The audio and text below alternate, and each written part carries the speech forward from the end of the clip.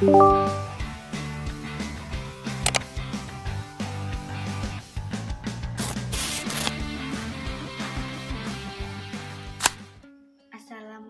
warahmatullahi wabarakatuh. Perkenalkan, nama saya Uswatun Masana dari kelas PAI 2C. Di sini saya akan menyampaikan mengenai tugas mata kuliah Islam dan Moderasi Beragama dengan Bapak Dosen Dr. Muhammad Saikat Muhid, SAG MBD. Selamat menyaksikan. Pernahkah kamu bertanya, mengapa atas nama agama orang bisa saling menyakiti? Apakah agama yang seharusnya membawa kedamaian justru menjadi sumber perpecahan? Ini bukan tentang agama itu sendiri, tetapi tentang cara kita memahaminya. Mari kita bahas mengenai moderasi beragama.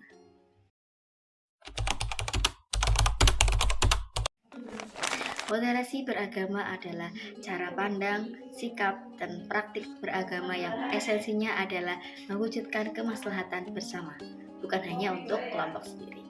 Ini bukan berarti mengurangi atau mengubah ajaran agama, tapi lebih kepada cara kita mengamalkannya secara adil dan seimbang. Moderasi beragama adalah cara beragama jalan tengah. Dengan moderasi beragama, seseorang tidak ekstrim dan tidak berlebih-lebihan saat menjalankan ajaran agamanya, dan orang yang mempraktikkannya disebut moderat. Moderasi beragama fokus pada cara kita memahami dan mengamalkan ajaran agama. Ingat firman Allah dalam Quran Surat Al-Anbiya ayat 107. وَمَا أَرْسَلْنَاكَ إِلَّا رَحْمَةً لِلْعَالَمِينَ. Ini berarti umat Islam harus menjadi contoh dalam menciptakan kedamaian, kebaikan, dan kemaslahatan bagi sesama manusia, alam, dan lingkungan. Moderasi beragama adalah tentang bagaimana kita meyakini, berpikir, dan menjalankan ajaran agama, baik untuk diri sendiri maupun orang lain. Bukan tentang mengubah teks atau dogma agama, tetapi tentang cara kita memahaminya.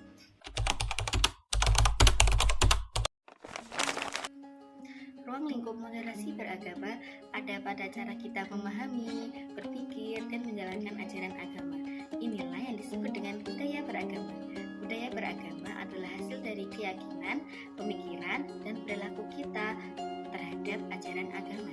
Misalnya, bagaimana kita memahami dan menjalankan sholat, zakat, puasa, atau haji.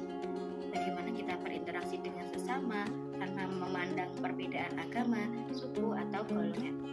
Bagaimana kita menjaga alam dan lingkungan agar terhindar dari bencana. Semua ini adalah bagian dari budaya beragama.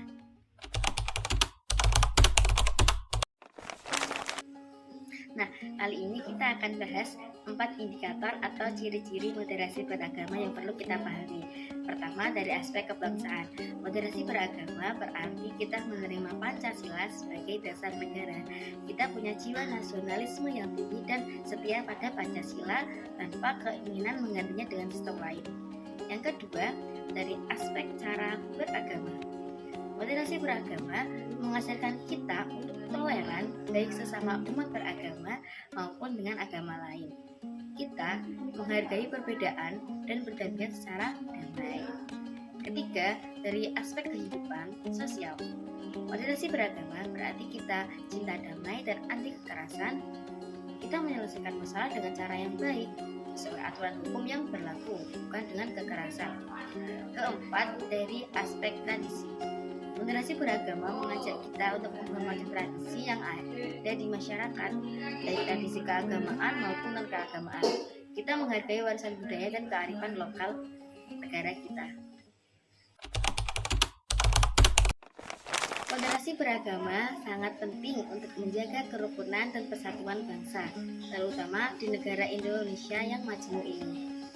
Moderasi beragama adalah ikhtiar untuk membentuk karakter moderat dalam beragama.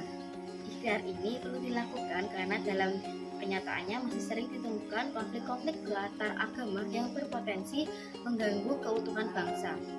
Dalam moderasi beragama, kita bisa hidup berdampingan secara damai, saling menghormati dan bekerja sama untuk kemajuan bangsa. Moderasi beragama bukan hanya tugas pemerintah atau tokoh agama, tapi tugas kita semua. Mari kita mulai dari diri sendiri dengan mengamalkan nilai-nilai moderasi dalam kehidupan sehari-hari. Mari kita jaga Indonesia dengan moderasi beragama.